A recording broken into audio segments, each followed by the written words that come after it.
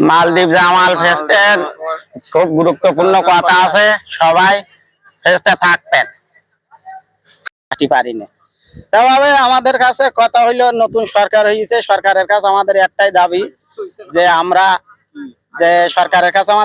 দাবি হইলো যে আপনার মাধ্যমে আমরা যেন যে কোনো কম টাকার ভিতরে আমরা যে কোনো বিদেশে আমরা একটু আসতে পারি, জাতি পারি। এই ছাড়া আমরা তো 4 লাখ 5 লাখ টাকা মানে জমি বিক্রি করে, কেউ ঋণ দে না করে, কেউ সমিতি, এই সে দেখা যাচ্ছে 15-20 হাজার টাকার বেশি আমরা আয় করতে পারি না। তা আবার ইন্ডিয়ান আল্লাহরা এরা 1 থেকে 1.5 লাখ টাকায় আসে। এদের কিন্তু আমাদের যদি 20 হাজার টাকা বেতন হয়, এদের হয় 30 হাজার টাকা বেতন, আবার ওরা আসে 1.5 লাখ টাকায়। কিন্তু আমরা বাংলাদেশেতে আমরা যে সময় আসি, সে সময় আমরা দেখি যে 5 লাখ 6 লাখ 4 লাখ এর নিচে কোনো একটা মানুষ আসতে পারে না। আমাদের বাঙালির বেতন হচ্ছে মাত্র 15 থেকে 20 হাজার।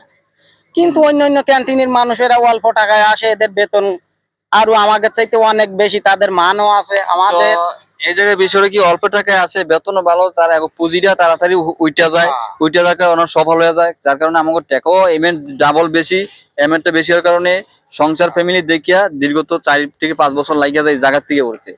তো আমি আপনাদের যে দুঃখের কথাটা অবশ্য বললাম, যে কষ্টের যে আপনাদের যন্ত্রণা, বা আমিও একজন রেমিডি যোদ্ধা।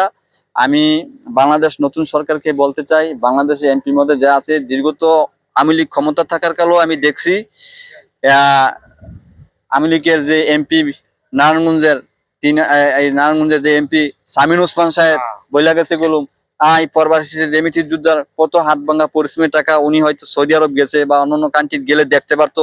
বা আমাদের এই যে বিটিনুরের নূর সাহেবে অনেক বড় উচ্চস্বরে মালদা কথা হচ্ছে, বিএনপি ক্ষমতায় আসার আগে আমরা ওনাকে সবাই প্রবাসী রেমিটি যোদ্ধারা সবাই সাপোর্ট দিছি। তো আমি আমার জায়গা থেকে বলতে চাই, অতি দ্রুতভাবে যদি প্রবাসী নিয়ে কাজ করে, পাসপোর্ট বানানোর বিভিন্ন জায়গায় হয়রানি শিকার হই আমরা, এটি দ্রুতভাবে কাজ হয়। এই বলে আজ শেষ করলাম। ভিডিওটা প্রচুর শেয়ার করে দেন, পরবর্তীতে কোনো একটা আপডেট আসবে। সবাই ভালো থাকবেন, সুস্থ থাকবেন। আসসালামু আলাইকুম, খোদা হাফেজ।